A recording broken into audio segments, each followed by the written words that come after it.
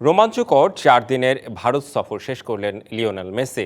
কলকাতা থেকে শুরু করে দিল্লিতে গিয়ে ভারত সফর শেষ করেন বিশ্বকাপ জয়ী তারকা। যাওয়ার আগে আবেগঘন বিদায় বার্তা দেন আর্জেন্টাইন সুপারস্টার। সেই সঙ্গে ভারতে আবারও ফিরে আসতে চান বলেও জানান লিওনেল মেসি।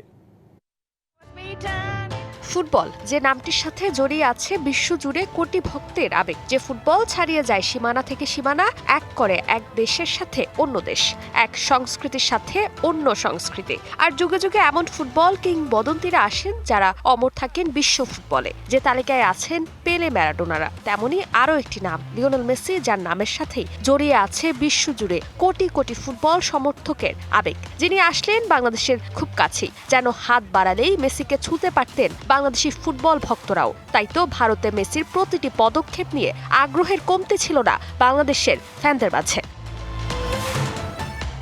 কলকাতা থেকে দিল্লি, ভারতে লিওনেল মেসির এমন সফর ফুটবল বিশ্ব মনে রাখবে যুগের পর যুগ। তাকে এক ঝলক দেখতে এই কদিন যেমন ভিড় ছিল সাধারণ মানুষের মাঝে, তেমনি বাদ যায়নি ভারতের বলিউড ঢালিউডের সেলিব্রিটিরাও। নতুন এবং ফিরে আসা গ্রাহকদের জন্য নগদে চলছে ক্যাশব্যাক সহ প্রতিদিন হাজারো উপহার জেতার সুযোগ। হবে আশা আর ফেরা, সারপ্রাইজ সেরা। বিশ্বকাপ জয়ী তারকার সাথে সেলফি তুলতে ভোলেননি কেউ। মেসিও আবদার রেখেছেন সাধ্য মতো। এ কদিন লিও ছিল ভারতের সবচেয়ে বড় সেলিব্রিটি।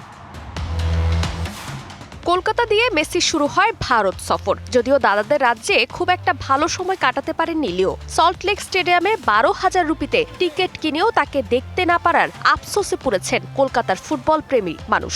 তবে কলকাতা পর্ব শেষে হায়দ্রাবাদ, মুম্বাই শেষে দিল্লি, সব জায়গাতেই মেসি সমর্থকেরা তাকে দেখেছেন প্রাণ জুড়ে।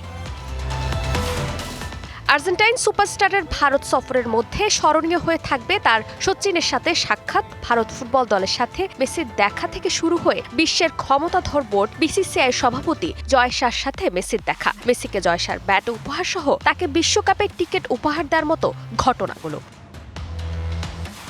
তবে দিল্লিতে ভারত সফর শেষ করে আবেগী হতে দেখা গেছে বিশ্বকাপ জয়ী তারকাকে। ভারতে আবার আসতে চান বলে বিদায়ী বার্তা জানান লিওনেল মেসি।